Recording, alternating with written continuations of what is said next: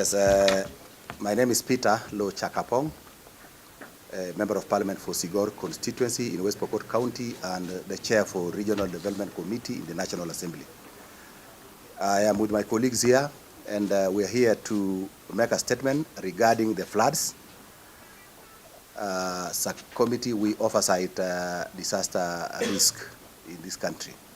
So that's why we have taken time and thought it's wise on behalf of the National Assembly as a committee tasked with oversighting matters disaster risk management in the country. We want to make a statement as a committee. Now, the Departmental Committee on Regional Development expresses its deep concern and sympathy following the devastating floods and landslides that have affected several parts of the country, including �𝐕𝐄𝐃𝐒 in an area called 𝐷𝐀𝐋𝐀𝐑𝐌, Kiambu in 𝐂𝐒𝐷𝐃𝐒, Embu in Kamutungi, Nandi in 𝗘𝗟𝗚𝗟 area, Narok South, among others. Now, these disasters have claimed more than 34 lives so far, displaced hundreds of families, destroyed homes, schools, roads, and bridges, and caused the loss of livestock and livelihoods. In response, the government of Kenya has activated its multi-agency emergency response protocols to ensure rapid and coordinated action. These efforts brings together national and county governments, the National Disaster Risk Management Unit, NDMU, the Kenya Defense Forces, the Kenya Red Cross, and other humanitarian partners. Additionally, interventions are ongoing in Tana River, Laikipia, and the Lake Basin region, which have also experienced severe flooding. Under the directive of His Excellency the President, Dr. William Ruto, the National Disaster Risk Management Unit is leading relief operations to rescue, relocate, and support affected families.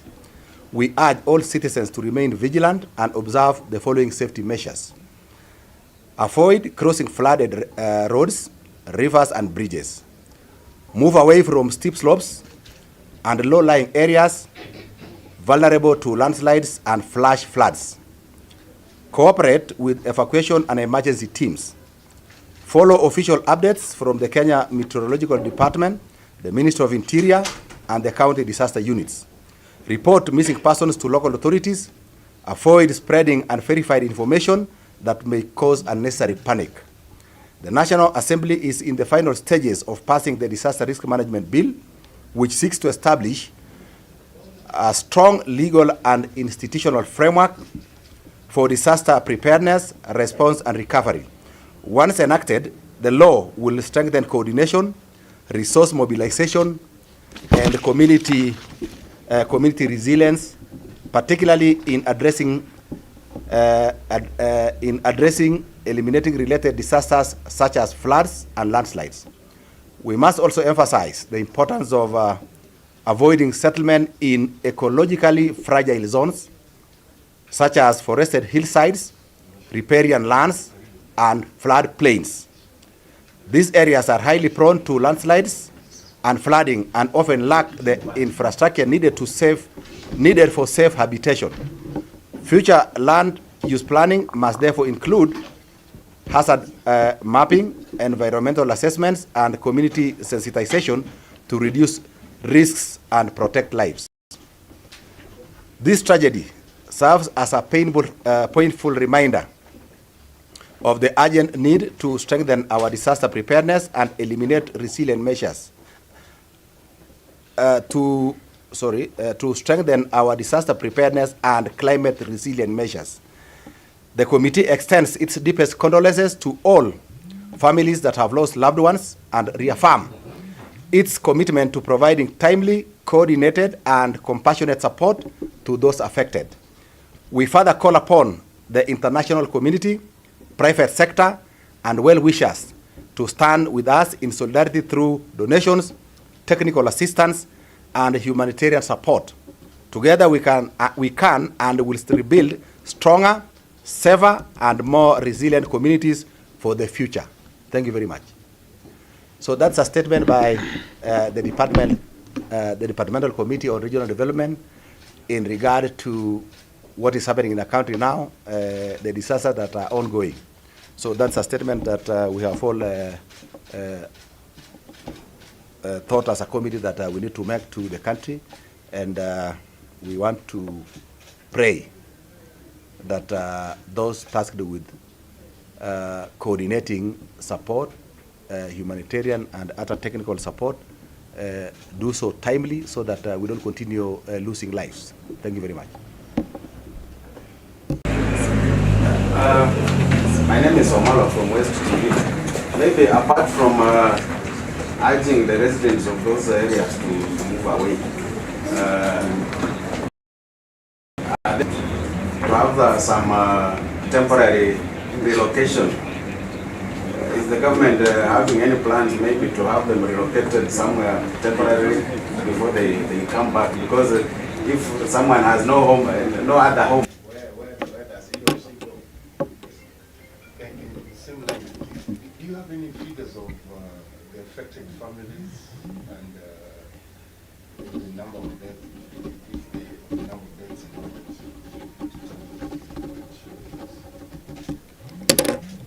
So thank you very much. So far, in terms of the coordinated response by government, one of the things they are doing is to relocate communities and families from areas that are affected and get them temporary shelters as they plan to have long-term solutions. In terms of figures, already indicated here that up to as of yesterday, especially in the areas around 𝐀𝐋𝐿, they already had reported about 34 deaths, and I think more than 20 other people still missing, and the figures are still coming.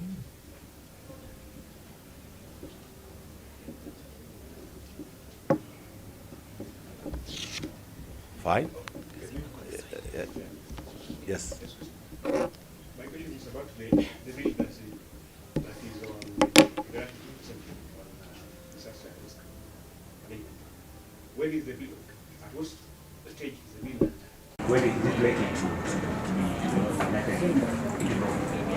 be? We already passed this bill in the National Assembly. It went to Senate. There are certain areas that they didn't agree with, and therefore we have formed a mediation team. Already the National Assembly team has been constituted. We are waiting for the team from the Senate so that now that mediation team now can unlock the issues that have been raised by the other house. Thank you. Second, government seems to be reacting in such calamities.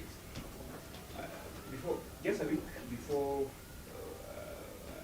the disaster occurred in 𝐷𝐀𝐈𝐒𝐄, and other places, the Meteorological Department issued an alert and mentioned that those who live in landslides, prone areas, flood-prone areas, and reports like through its agencies, like for example the Meteorological Department, the National Drought Management Authority also gives some alerts sometimes, and therefore what leaders do is to sensitize the public and communities on what may be coming, and therefore sometimes communities take long to respond to information that is provided. That is why it reaches a point where now when disaster strikes, it finds the people there. And the government has not been able to forcefully evacuate people from areas that seems to be at risk of either flooding or something like that. So, and we want to believe that as a committee here, the bill that was before us, that we already gone through National Assembly, will come and sort out these issues of preparedness almost adequately. Yes, and the coordination of disasters in the country. Yeah. Maybe just to also, no, it's okay, it's okay. It's okay. The mic will not please. Yeah.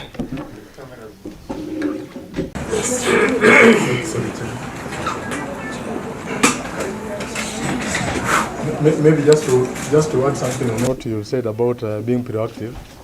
As a committee, we'll plan and make an extensive tour of most of the areas that are prone to such disasters, because from what we've experienced in this particular disaster in 𝐷𝐀𝐈𝐒𝐄, you'll find that people have cut a lot of trees, people who are living along the hillside, they've cut along a lot of trees, and these trees that were the ones that were holding that soil together with the boulders.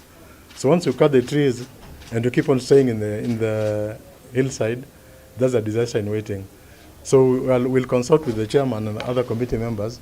We'll do an extensive tour of especially Rift Valley, areas that are prone to such disasters, and especially areas where people have cut a lot of trees, so that to make sure that thing doesn't happen again. Thank you. That means a lot of finances. Is there a budget for that? Relocating people from their ancestral lands to safer places. I don't know if there's a budget. You know, under the current constitution, the budget making process, that's a preserve of Parliament, will ensure that after this disaster, the supplementary budget that we expect to be coming around January will make that we factor in some money to take care of those calamities. Maybe just one last one from me on the bill. It's interesting that the Parliament is in the process of passing the bill. We've had disasters every year in, year out. So maybe what has been the challenge that up to now we don't have a bill on disaster management? You know, many attempts have been there to have a bill and a law that speaks to disaster management in this country, but they have not seen the light of day.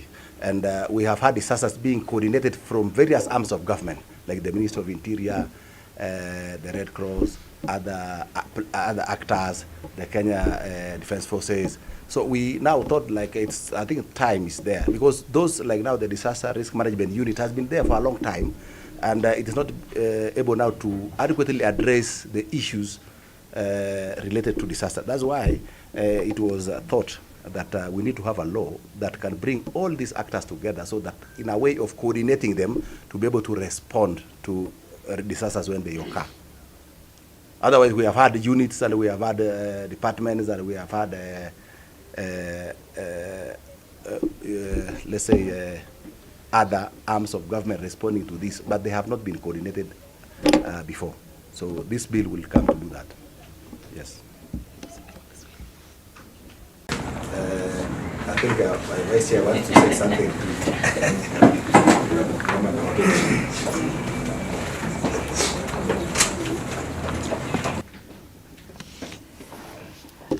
Hii ni kamati ya bunge ambayo inahusika na mambo ya machanga wakati inapotokea kama vile imetokea jana katika sehemu mbalimbali katika nchi yetu ya Kenya. Kile kitu ya kwanza ambaye ningependa kusema, sisi kama